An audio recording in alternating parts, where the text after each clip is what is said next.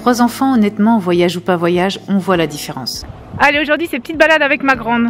Ça fait plaisir d'être... Et puis mon petit aussi, mais qui fait dodo.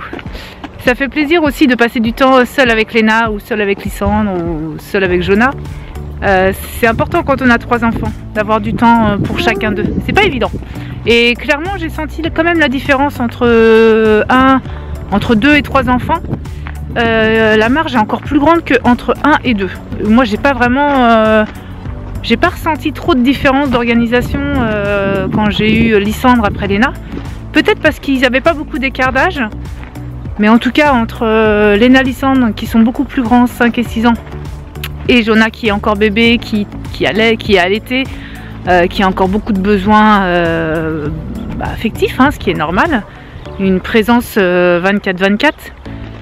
La différence est beaucoup plus grande. Donc trouver des occupations pour les grands tout en maternant le petit, c'est une chose qui n'est pas évidente à faire. Il y a le voyage à organiser, il y a l'intendance aussi à gérer, la maison à s'occuper, les repas à préparer 3 fois par jour. Donc c'est pas facile. Je me rends compte que je lâche prise un petit peu pour certaines choses. C'est vrai qu'avant j'étais... quand j'avais que Léna et Lysandre, on faisait quand même beaucoup d'activités, je préparais beaucoup de choses. En unschooling ou pas, hein. Il y a des fois on a des idées, on a envie, puis ça passe pas. Mais on proposait des choses en fonction de ce qu'on voyait, de ce qu'on avait envie. Là, ils me demandent des choses et une fois sur 2, je peux ou non répondre à leurs besoins. Alors c'est frustrant. C'est frustrant parce que déjà ils sont pas scolarisés, parce qu'on a envie qu'ils apprennent plein de choses, et quand ils nous demandent d'apprendre des choses ou qu'un sujet les intéresse, on n'arrive pas à... Je n'arrive pas à trouver le temps pour trouver un sujet ou un support qui puisse leur répondre à leurs besoins et à leurs demandes. Voilà, alors après je continue à privilégier la marche, les balades. Dès qu'il fait un peu de soleil comme aujourd'hui, on se promène, ça me semble important, et j'emmène des fois les 3, des fois 2, des fois l'un. Des fois je suis toute seule aussi, ça fait aussi du bien de se retrouver seule. Mais voilà, la différence elle est là, on la sent bien, à 3 enfants, on la sent bien. Et encore, j'ai cette énorme chance de ne pas avoir à pointer chaque matin au travail.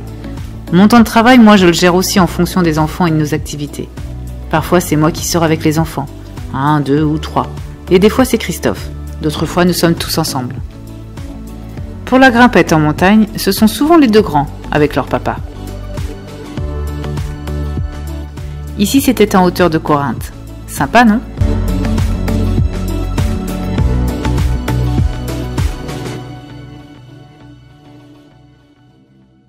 Puis on essaie dès qu'on le peut de voir ou revoir d'autres familles nomades. Et avec d'autres enfants, c'est encore mieux. On a les Here avec nous. Et en plus, ils ont ramené le goûter. Pour Léna et Lysandre, ces moments sont précieux. Ils font le plein de jeux avec d'autres et nous, de bons moments de partage. Ici, Sébastien, qui nous avait préparé des pâtes à la siciliana. Quand on se retrouve tous les 5 à nouveau, on joue encore et encore. 12. Si c'est 6, 12. On continue de jouer avec les nombres.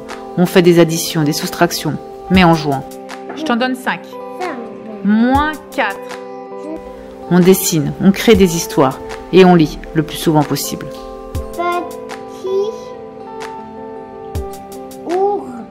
Ours. 3 enfants s'est essayé de mixer des activités qui les intéressent ensemble et pour chacun. Et c'est loin d'être facile.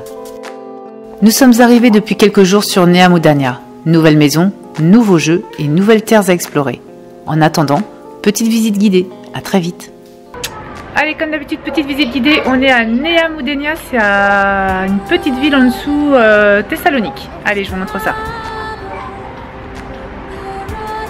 Alors ici, on a l'extérieur. Moi, je suis à contre-jour. Hop, je sais pas si vous voyez bien.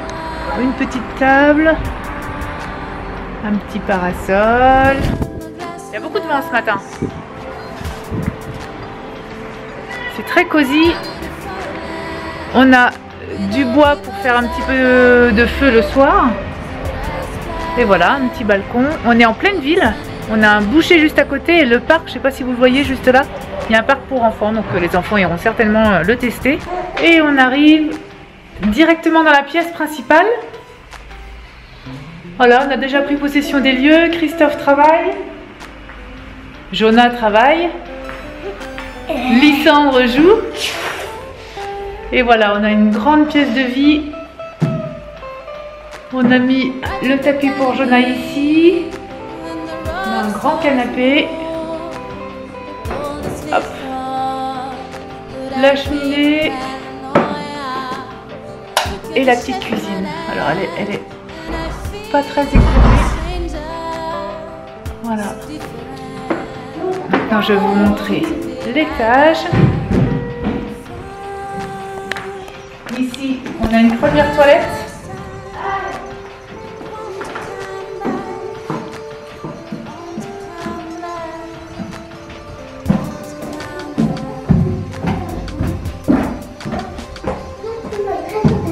Et on a la chambre à Léna qui est ici. Léna, on peut regarder ta chambre? Voilà, Léna elle a pris possession de cette chambre aussi. Ensuite, on a la chambre à Lysandre. Voilà, il a pris celle-ci avec un grand lit. Je vais montrer la mienne. Ici, on a la laverie.